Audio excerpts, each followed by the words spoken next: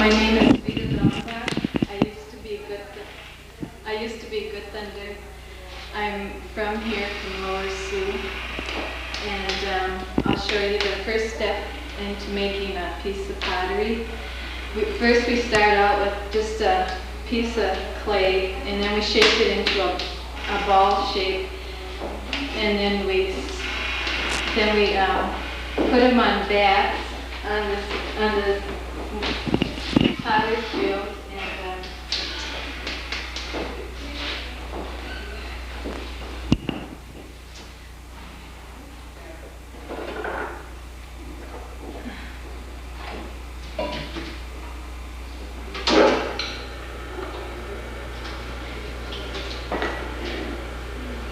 our clay is Minnesota clay, but it's processed in Bloomington, Minnesota. Someday we hope to use our own local clay. When we get the machinery to process it, we will be using our own clay.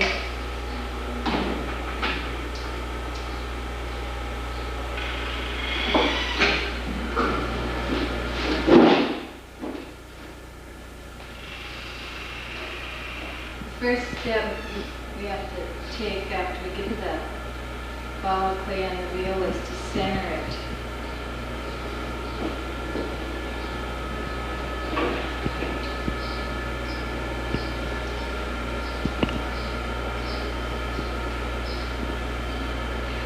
The purpose for centering it is so that it won't go crooked on the sides, to get the walls even, and then we develop a cone shape of clay, and this purpose is to get all the air bubbles inside out.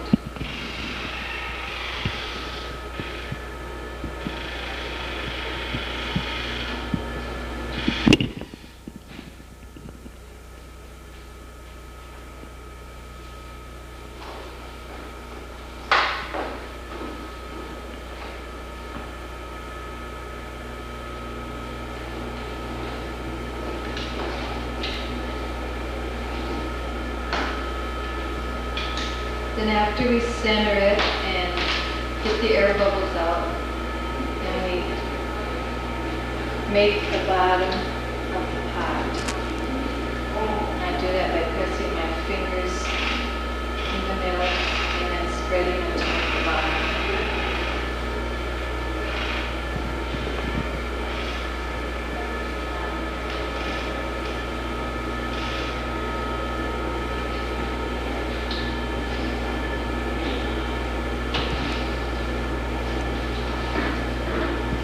Then after the bottom is made, you have to bring up the sides to make a cylinder by squeezing your fingers against the clay on the inside and on the outside.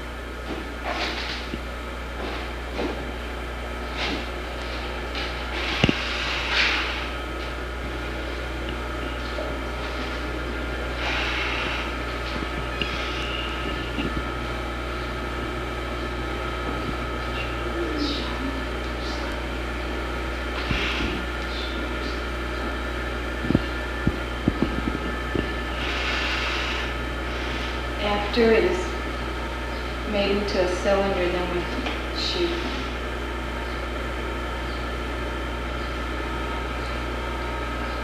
by pushing out on the inside of the cylinder.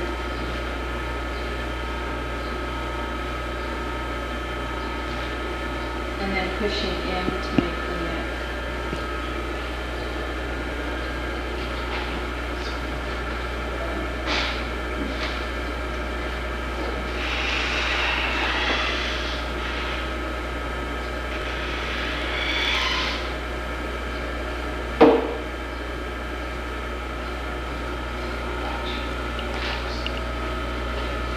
Then I use a leather piece to make the rim of the pot smooth.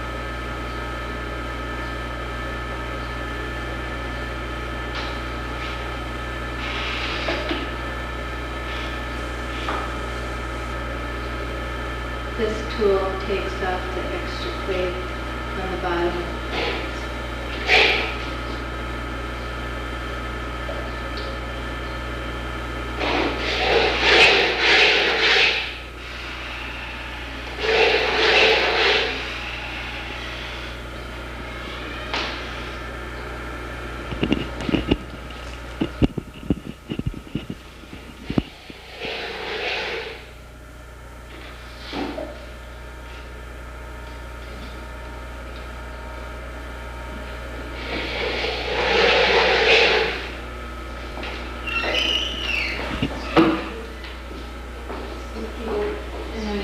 Wire to cut the bottom of the pot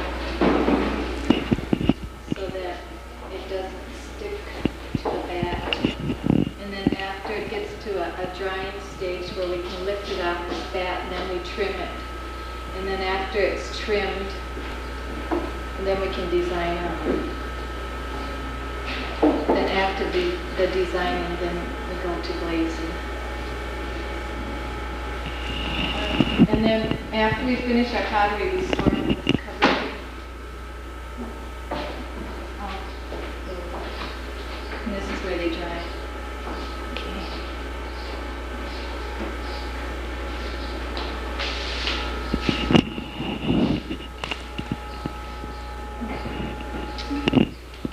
Okay.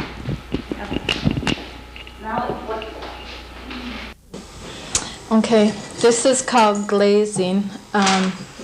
After our pottery is made on the wheel and designed, we put it through a bisque fire, and this is what it looks like before it's fired through the bisque fire. And then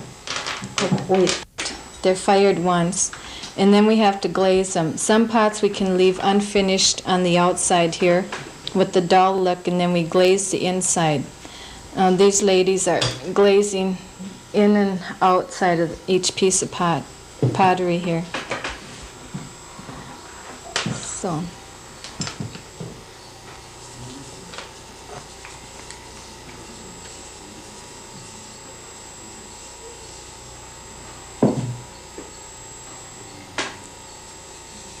Then after they're all finished and glazed, then we put them back into the kiln and fire them again. That way the design is fired in twice, and it won't come off if it's been washed. The design will stay right on. And this glaze on the outside gives it a bright finish, shiny finish, and the paint and design underneath comes out real bright.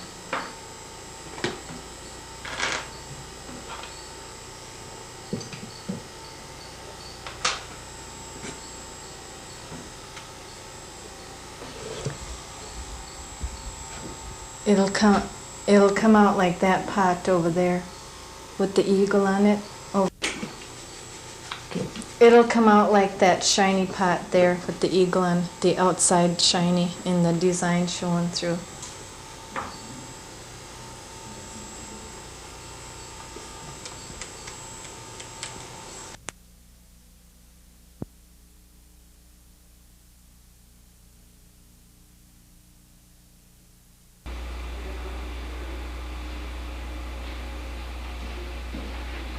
Okay.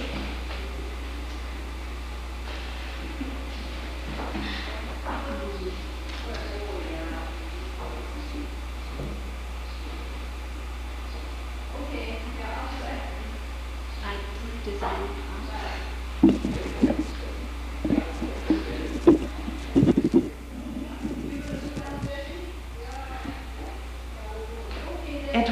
stage do you begin with designing? After the pot's dry.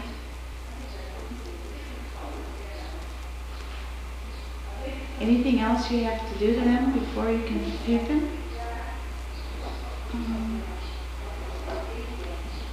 Trim them. That's all. How about your designs? Where do you get your designs from? I just thought of them.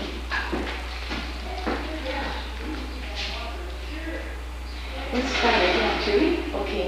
Here. We got your... Got stage fright? You got stage fright.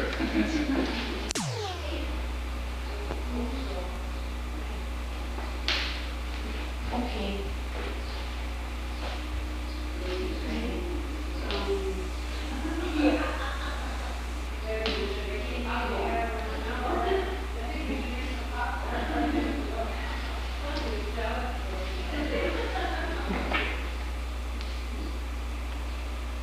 What do you do? What? I designed pots. What designs do you use? Symbols.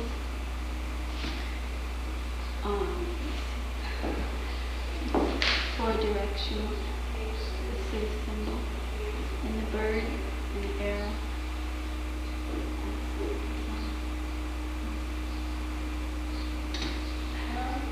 Do you have some other pots you've designed?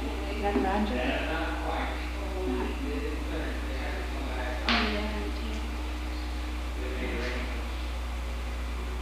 Maybe we can pick that one up in just a minute.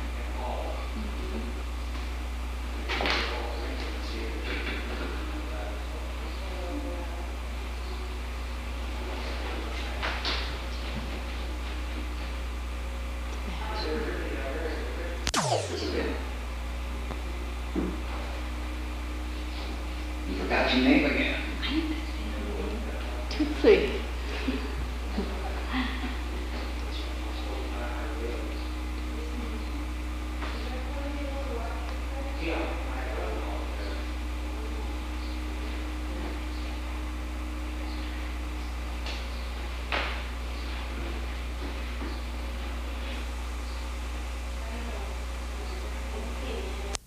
It's easy to design.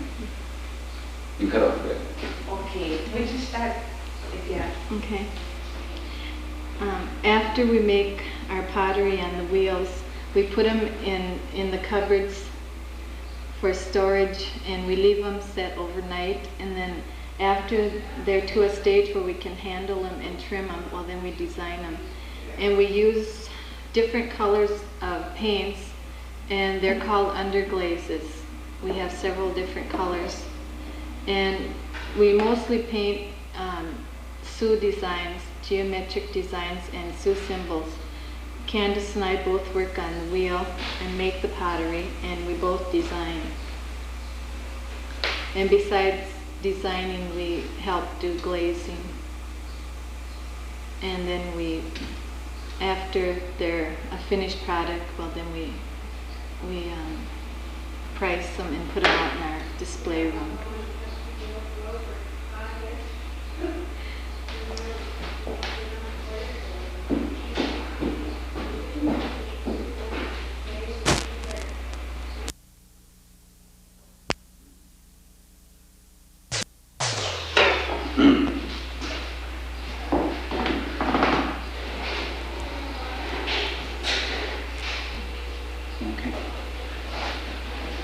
My name is Father Bearsheart.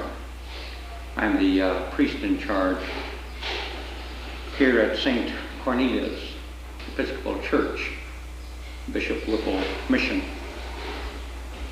I've been in the area for nearly 10 months now, and I rather enjoy my ministry here. I also have an all-white congregation at Olivia. I'm the first Indian priest ever to serve that church. I have a large family. My oldest boy, David, is attending the University of South Dakota at Vermilion, starting his second year. And this is my second son, Wilbur Jr. He does painting, oil painting. He graduated from the high school last spring. And this summer, he was offered a job here at the Lower Sioux Pottery, where he does some painting on a pottery. And I think he's doing all right.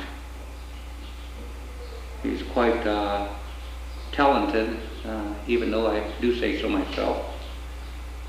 And we're very proud of him. Some of the paintings that he does is like this small pottery here with the American eagle. And again, there are some other paintings here, like the medicine man holding up a buffalo head here. And in the background is the sacred white buffalo. And then the terrain of the plains where the Indian people live. And then there are other different types of paintings on each pottery. I'd like to sort of interview my son to find out what his intentions are. Wilbur, what are your intentions now that you have graduated from high school? What would you like to do in the future? I plan to go to the Institute of American Indian Arts in Santa Fe, New Mexico for second semester, January. And after that, I'll be going to college there for 2 years and go on to Minneapolis for the next 2 years.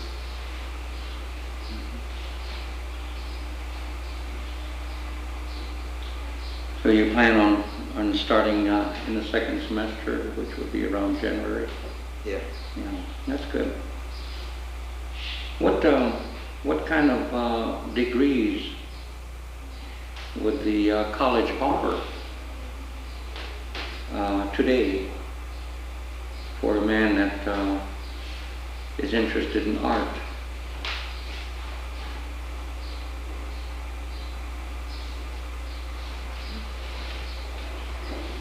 Probably Bachelor of Science.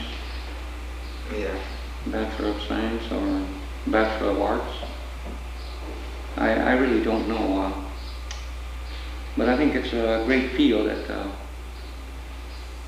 that you're getting into, and I do hope that you would. I would encourage you to continue your education as much as possible. I believe today this is something for the Indian people. Wilbur also does work in oil painting and canvas. And this picture that we see here, he calls this the prophecy. He calls this a prophecy because here's an Indian looking into the horizon, and there you see the skyscrapers in the back, which represent some of our major cities in the nation. This is what this young man envisions, and I think that's quite true today. We have skyscrapers all over our nations today.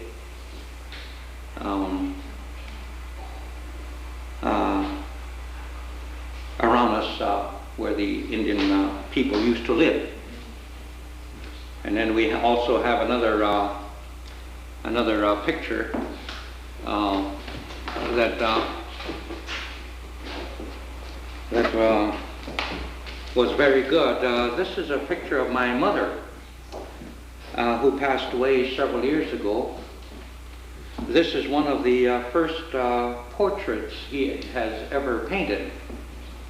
He never did experience anything of this type, portraits, and that's the way my mother was. That's the way my mother was,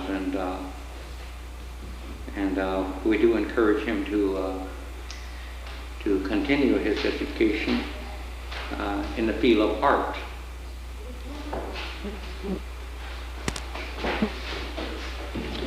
And then the other picture that he has done this summer is called the Sacred Buffalo. And the sacred buffalo is the white bison, or the white buffalo. It's sort of you can see through the buffalo with the grass in the background here, but yet this is the way the Indian people envision the white buffalo, or the sacred white buffalo. And another picture that we thought was quite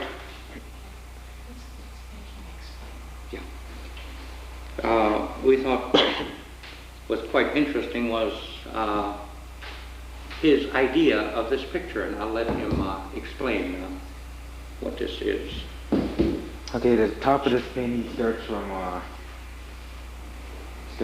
before the white people came, and shows the Indian village up there, and then it shows when the white people first came over in the ship, the Mayflower.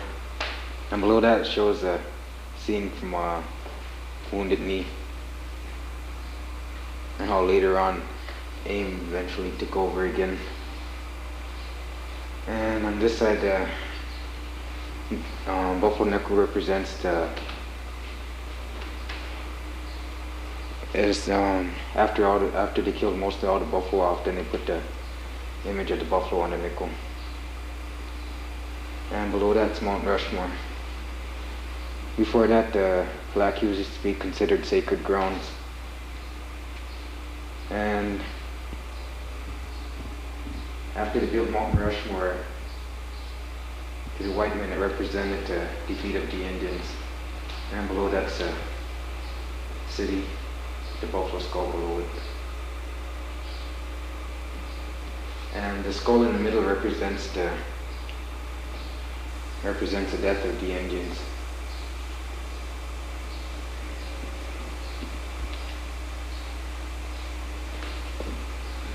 Another painting that was quite interesting is this next one here, called the Coming of the White Man. Here we see the Indian village along the creek, and there's a wagon train coming over the hill. And here, this is what the Indian people envision, that white people coming into the country. I rather like this picture because that picture represents Bear Butte in South Dakota, near the Black Hills. It's one of the sacred mountains of the Indian people. So these are some of the work that Wilbur had done this summer.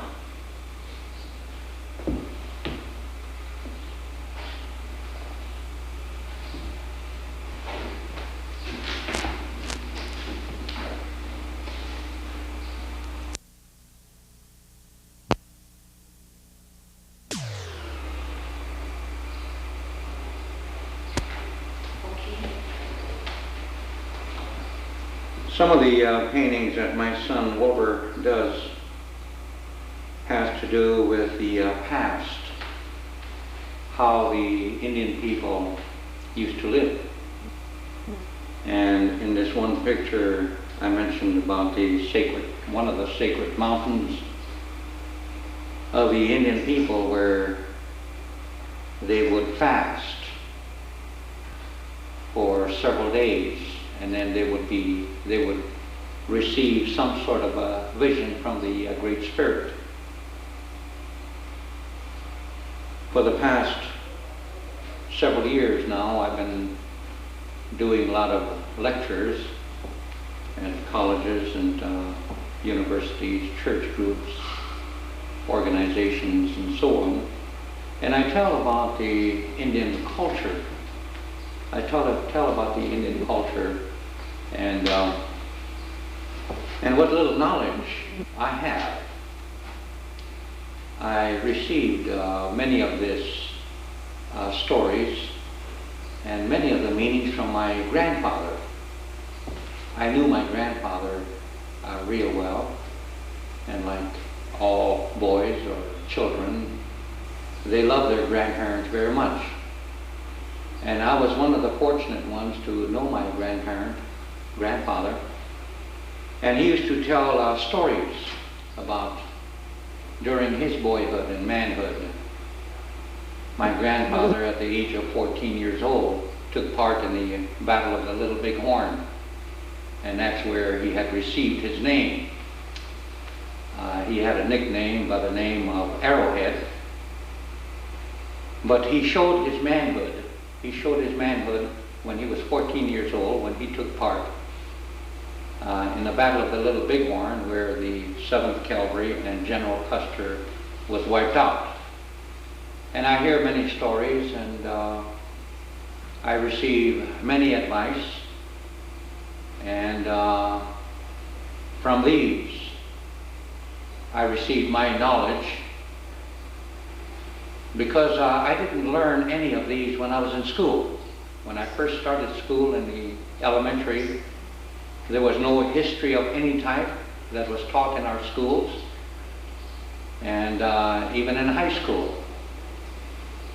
And it was until I was about 30 years old when I went to a seminary when I began to realize, and other people talking about the wanted me to talk about the Indian people, and then I tell them that today we're gradually losing our culture. Most of our children today can't speak their own language, and they keep telling me that this is wrong. This is wrong to lose your culture. So it was, well, at my seminary studies in Berkeley, California, theological seminary in Berkeley, California, that I started to do some research.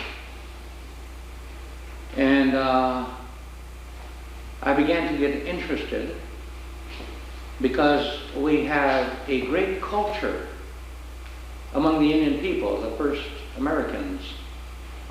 And I didn't realize that there were so many tribes throughout our nation.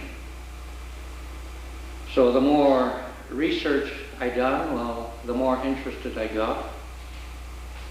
And then I began to speak about the Indian culture, the language, and heritage of our people. I can speak the Dakota language. In fact, when I first began school, I went to a mission school, and one of the first things they told us was to speak English. And I didn't know a word of English, and I couldn't express myself or communicate with others. Sometimes I don't know why I got spanked, but these are some of the things that had happened to me as a young boy. So after listening to these well-educated men that have degrees, master's degrees or some doctorate degrees, told me that this is wrong. So this is the story of my life today. I'm a priest of the Episcopal Church, but yet I'm proud of being an Indian. And I also agree that it's wrong that our younger children today are losing their culture. So I'm trying to preserve it as much as I can by teaching Indian culture, having language classes with some of the younger children.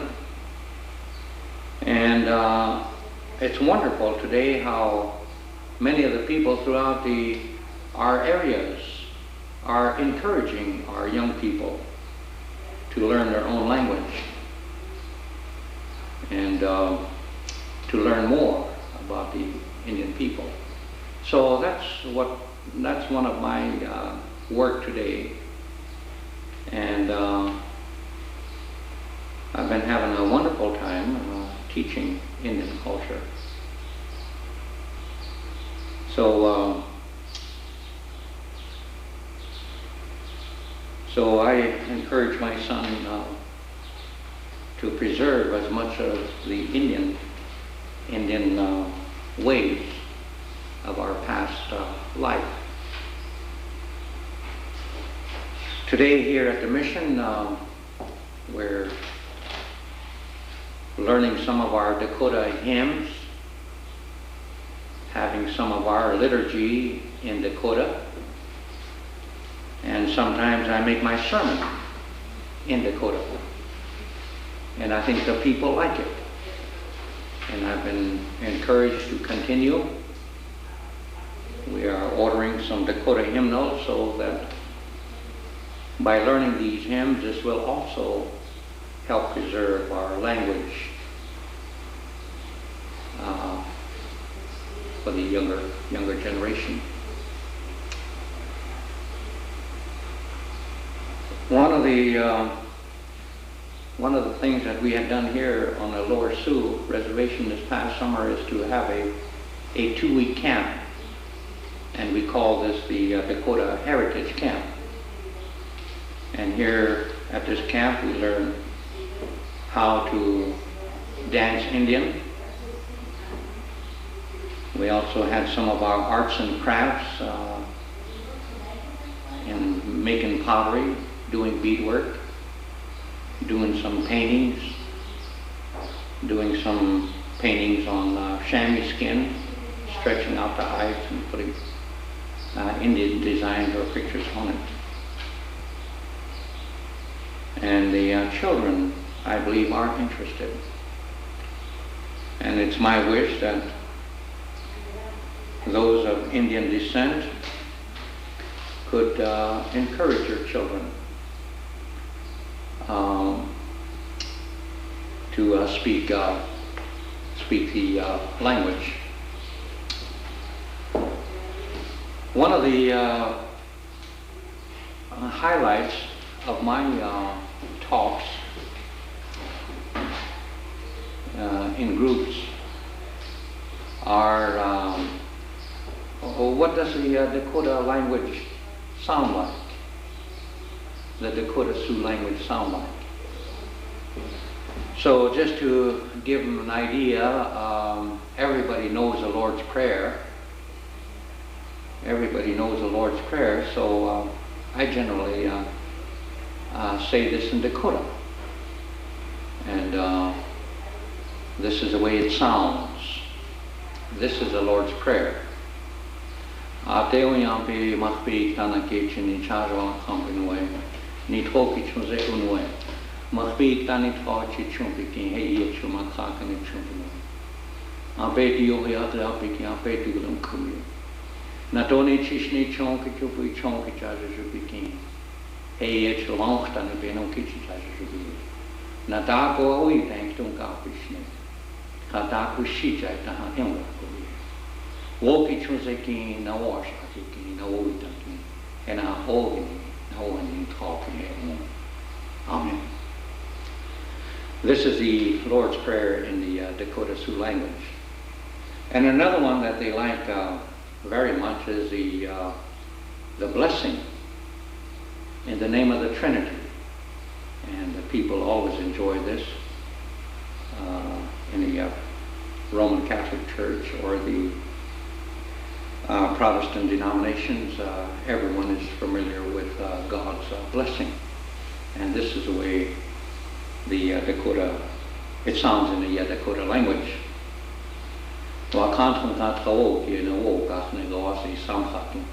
Ni chante pinani toshim peki. Now I can't change to Jesus Christ. Talks up again chapter. Ate up again. Na change cooking. Na one your santi. Near be el hope here. Only on the way. Amen. So this is what our language sounds like. Okay, that was,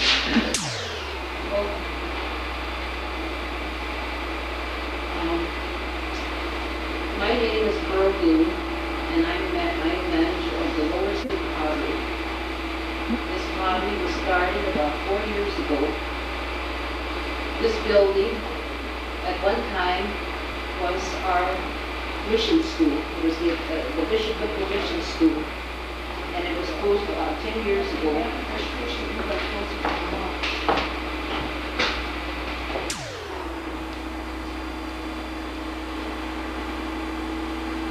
This school at one time was our mission school. It was called the Bishop Whipple Mission School. It went from the 1st grade to the 8th grade.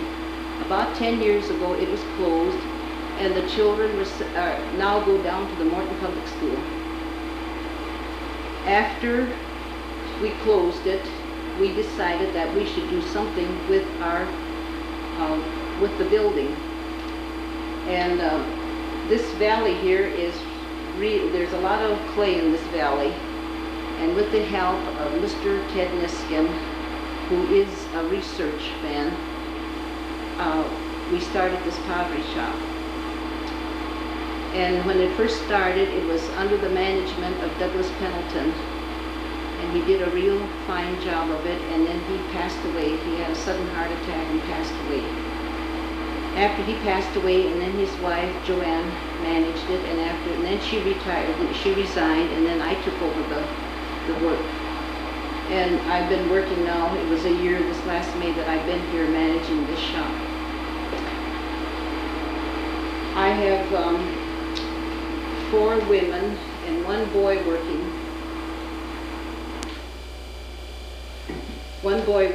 And I have 2 boys working, but John Dow left for Santa Fe to go to art school. Wilbur's still with us, but he intends to go to the Santa Fe Art School to 2nd semester. And in this cabinet here, on the lower shelf, is some of his work. And this is all freehand work. He does this all freehand work, and when he's sitting there at the table doing this work, people will come and see it, and right away they want it saved for him. They want him to save it for them. So all this stuff here on the lower shelf is sold, but that's his work. And the girls do all this painting on the pots. They all choose their own designs, and it's all freehand painting. They don't use no decals, they don't trace. They sit there with their little paintbrushes and put these designs on the pottery. And we use our Dakota designs and our Dakota symbols. The Dakota design is always the geometric design. And our symbols all have a meaning.